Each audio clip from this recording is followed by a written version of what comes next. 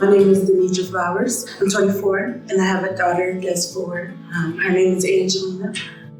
I was born and raised in Detroit. The experiences were very difficult. One of the things when you're homeless is people always ask you, why are you homeless so long? What are you doing to better yourself? Not knowing that I had a whole obstacle. My daughter, she got sick back in December 2018.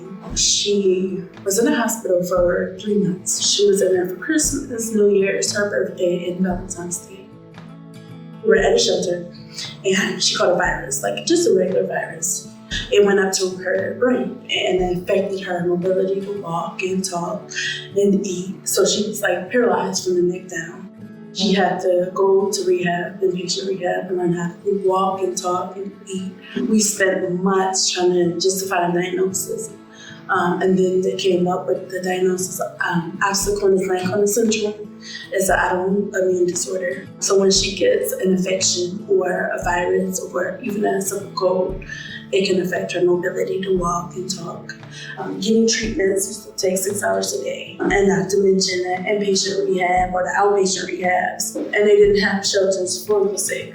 So I had to constantly leave to find other shelters because they would remove us from these programs. It was an uncertain situation. You never know what's going to happen. How are you going to get out of it? And it's something that I wouldn't wish on anyone. You know, it's a very difficult process to go through.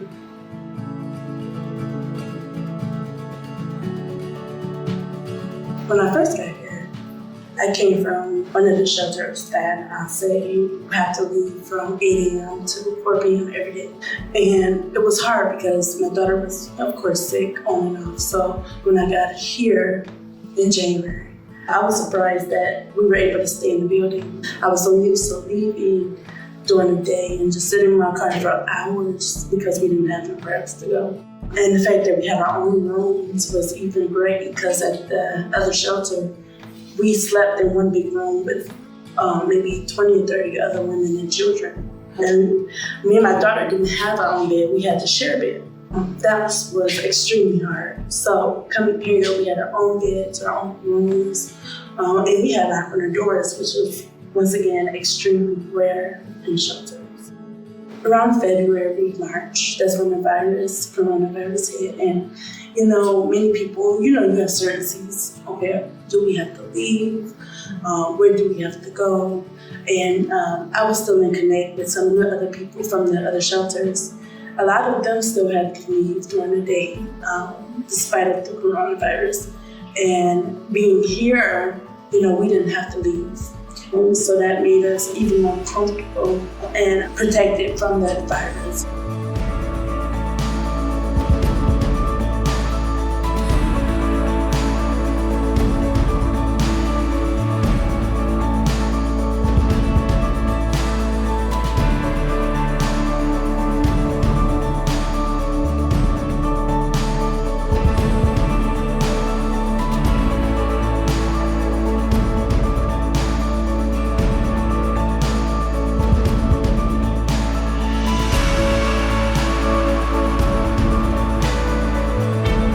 There's always a light at the end of the tunnel.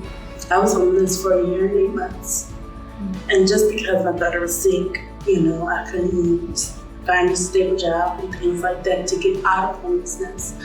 So I would say stay encouraged, don't give up. There's somewhere for somebody and you can need the help. It's a blessing and I'm grateful that we were able to make it out.